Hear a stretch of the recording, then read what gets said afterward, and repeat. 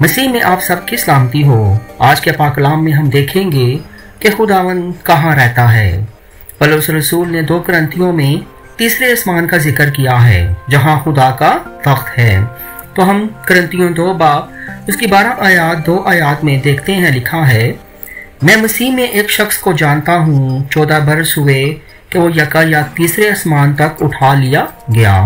نہ مجھے یہ معلوم کہ بدن سمیت، نہ یہ معلوم کہ بغیر بدن کے، یہ خداوند کو معلوم ہے۔ میں یہ بھی جانتا ہوں کہ اس شخص نے فردوس میں جا کر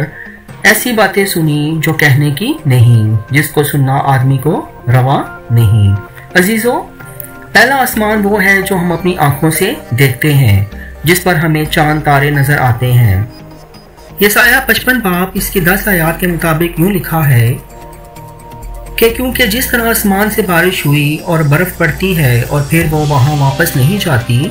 بلکہ زمین کو سیراب کرتی ہے اور اس کی شادابی اور رودگی کا باعث بنتی ہے تاکہ بونے والا بیج اور کھانے والے کو روٹی دے۔ عزیزو، دوسرا آسمان وہ ہے جہاں سورج، چاند اور ستارے اور کہکشائیں ہیں، جیسا کہ پیدائش 1 باب اس کی 14 سے 17 آیات مقدسہ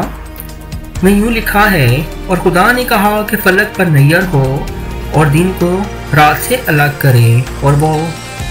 نشانوں اور زمانوں اور دنوں اور برسوں کے امتیاز کے لیے ہوں،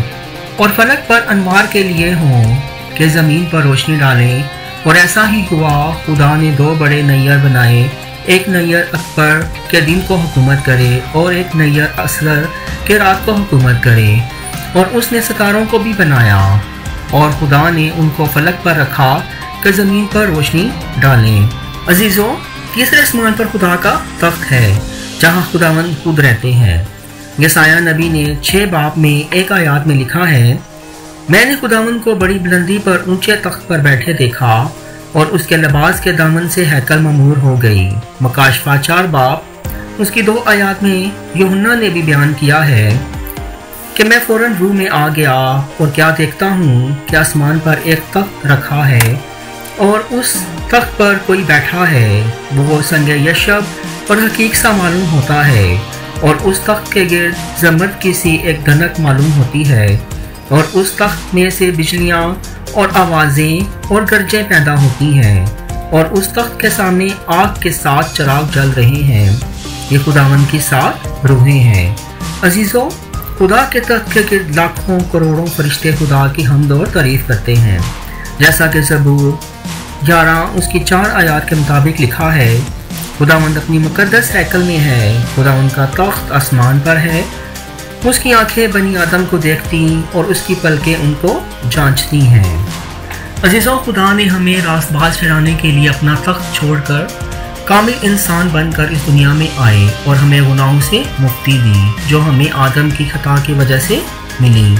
لیکن اب ہم لوگ شاید یہ سمجھتے ہیں کہ ہم نے اس دنیا میں سدا رہنا ہے اور یہاں ایسے گناہ کی طرف راغب ہیں، حالانکہ خدا ہمیں نجات دینے آیا، اور ہم ہر جائز اور ناجائز کام یہ بنا سوچے سمجھے کرتے ہیں کہ اس کا انجام کیا ہوگا، اور ہم بس مال دار بننا چاہتے ہیں، یہ بھی نہیں سوچتے کہ یہ سب فانی ہے اور یہی رہ جانا ہے۔ متی کی انجیل میں 6 باب اس کی 24 آیات میں لکھا ہے، کوئی آدمی 2 مالکوں کی خدمت نہیں کر سکتا، کیونکہ یا تو ایک سے عداوت رکھے گا اور دوسرے سے محبت،